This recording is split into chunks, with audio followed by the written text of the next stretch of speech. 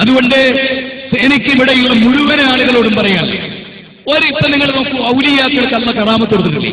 ഇല്ലേ? അത് നിഷേധിച്ച ഒരാൾ മുജാഹിദാവും. ഔലിയാക്കൾക്ക് അല്ലാഹു കറാമത്ത്. എന്നാൽ കറാമത്തുള്ള ഔലിയാക്കളോട് കറാമത്തിന്റെ പേരിൽ തേടാം എന്ന് പറഞ്ഞ ഹദീസ് എവിടെ? ആയത്തെവിടെ? ചരിത്രം എവിടെ? ചര്യ എവിടെ? ഉണ്ടോ?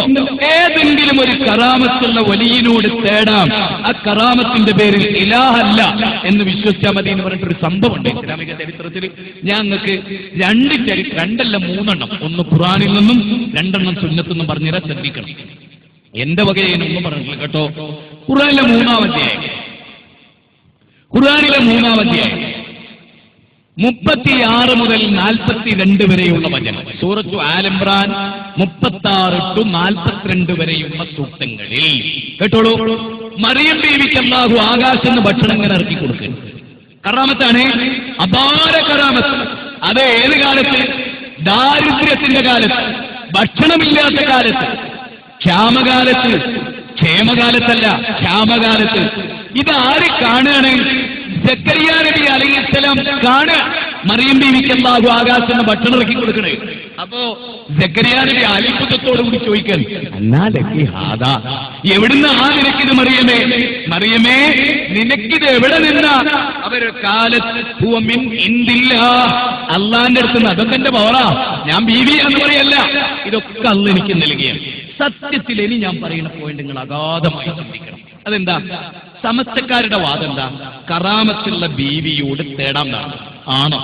കറാമത്തുള്ളവരോട് തേടാമെന്നൊരു വകുപ്പ് ഇസ്ലാമിലുണ്ടോ? നമ്മളൊന്ന് പരിശോധിക്കുക കേട്ടോ. ഖുർആനിന് കിട്ടൂലത്, ഹദീസിന് കിട്ടൂലത്, ഒരു സ്ഥലത്തിന് ധരിക്കാൻ കഴിയില്ല. കറാമത്ത് ഇങ്ങനെ പറയും, ഔലിയന്റെ കറാമത്ത്. ഈ ഔലിയ ആരാ അതിനെ നിഷേധിച്ചത്? ആരാ ഔലിയാക്കൾക്ക് കറാമത്ത്?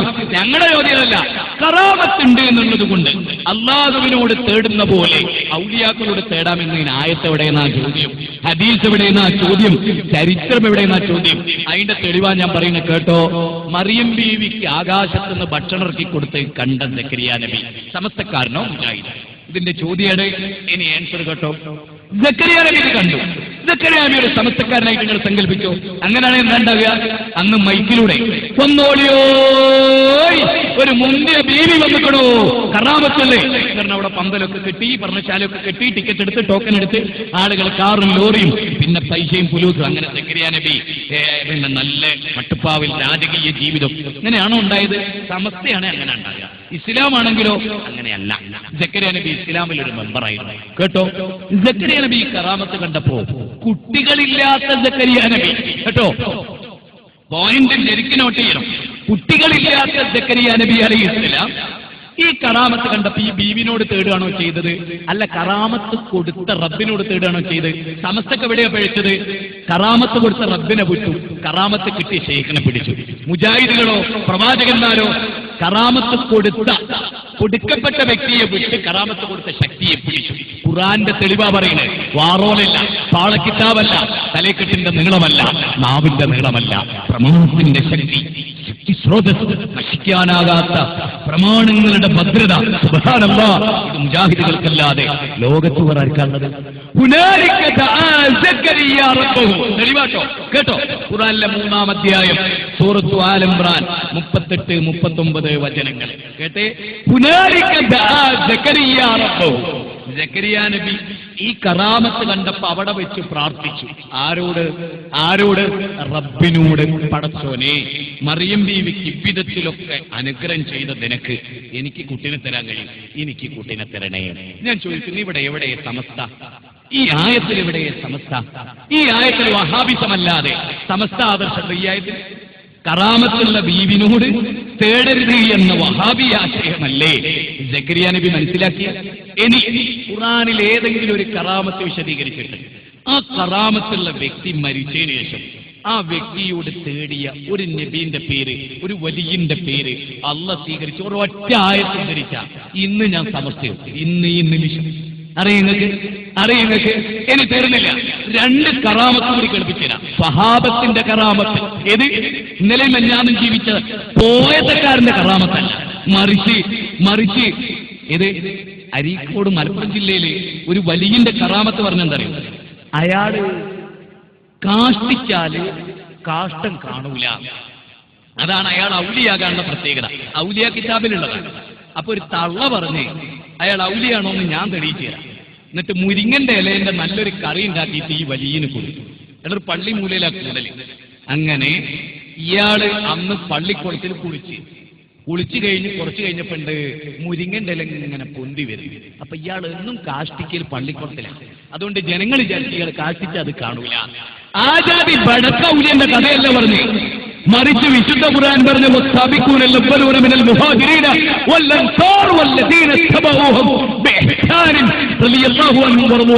എന്ന് പറഞ്ഞ. അതുപോലെ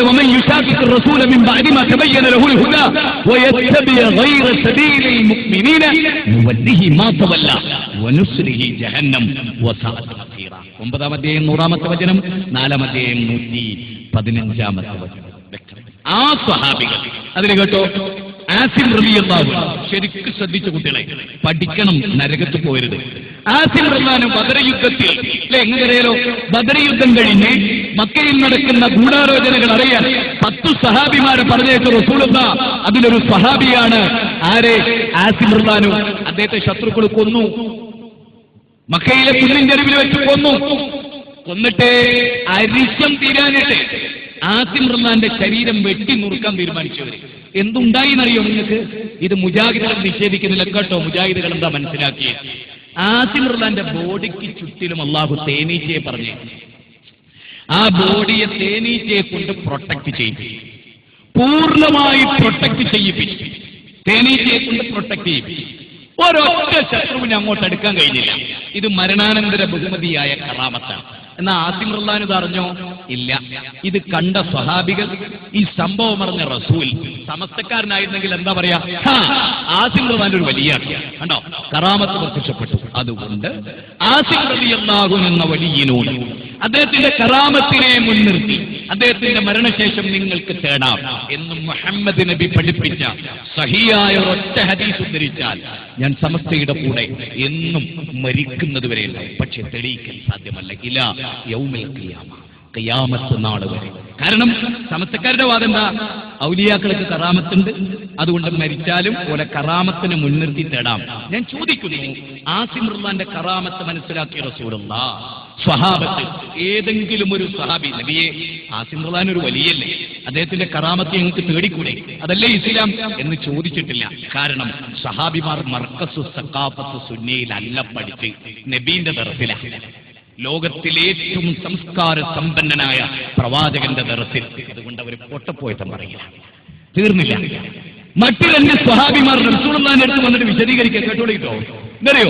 നബിയെ, ഇന്നലെ രാത്രി ഞങ്ങൾ സൂര്യരുട്ടിലൂടെ എങ്ങനെ പോവുകയും അപ്പൊ ഒരു പ്രകാശം ഞങ്ങളെ തുടർന്നു.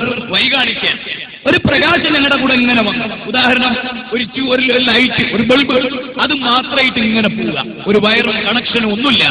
അതുപോലൊരു പ്രകാശം ഞങ്ങളെ തുടർന്നു നബിയെ.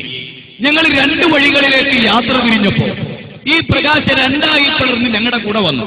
ഞങ്ങളുടെ മുറ്റത്ത് വരെ, ഞങ്ങളുടെ വീട്ടിലെത്തിക്കുന്നത് വരെ ആ പ്രകാശം ഞങ്ങളെ തുടർന്നു. ഇത് കറാമത്താണ്. റസൂലുള്ളാഹി പറഞ്ഞു, റസൂലുള്ളാഹി അവരെ പഠിപ്പിച്ചു കൊടുത്തു. എന്നാൽ നബി സല്ലല്ലാഹു അലൈഹി വസല്ലമയോട് ഇത് കേട്ട സ്വഹാബിയോട് ചോദിച്ചു, ഇവർ 2 ഔലിയാക്കളല്ലേ, ഇവരെ കറാമത്തല്ലത്, ഇനി ഇവരോട് തേടല്ലേ, ഇലാഹാണെന്ന് വിശ്വസിക്കാതിരുന്നാ പോരെ? ചോദിച്ചില്ല. കാരണം അവർ മർക്കസിലല്ല പഠിച്ചത്, സഖാഫത്ത് സുന്നിയിലല്ല പഠിച്ചത്, റസൂലുള്ളാഹിന്റെ ദർസിലാണ്. കാരണം കാന്തപുരമല്ല. മുഹമ്മദ് നബി നബിയാണ്, അള്ളാഹിന്റെ അടിമയാണ്, അള്ളാഹിനെ പേടിയുള്ള ആളാണ്. അതുകൊണ്ട് റസൂൽ എന്ന് പഠിപ്പിച്ചില്ല കറാമത്തുള്ളവരോട് നിങ്ങൾക്ക് തേടാം. എന്റെ പോയിന്റ് നിങ്ങൾ ഒരിക്കലും മറക്കരുത്. കറാമത്തില്ല എന്നല്ല, കറാമത്തുള്ളവരോട് തേടാമെന്നതിന് ഖുർആനിലെ തെളിവെവിടെ? ഹദീസ് തെളിവെവിടെ? ഇലാ യൗമിൽ ഖിയാമ സഹിയായ പരമ്പരയോടെ ഒരൊറ്റ സംഭവം ഇത്ര ഗൗരവമായി ഇത്തിരി പോന്നൊരു മുജാഹിദ് വെല്ലുവിളിക്കണമെങ്കിൽ എന്തെങ്കിലും ഇല്ലാതെ കാണില്ല. മനസ്സിലായോ? അത്ര ഉറച്ച solid evidence, cemented proof, bring the evidence ഹാതു ബുർഹാനകും ഇൻ കുൻതും സാദിഖീൻ. നിങ്ങൾ സത്യവാന്മാരാണെങ്കിൽ കൊണ്ടുവാ തെളിവ്. സൂറത്തുൽ ബഖറ 2-ാം അധ്യായം 111-ാമത്തെ വചനം.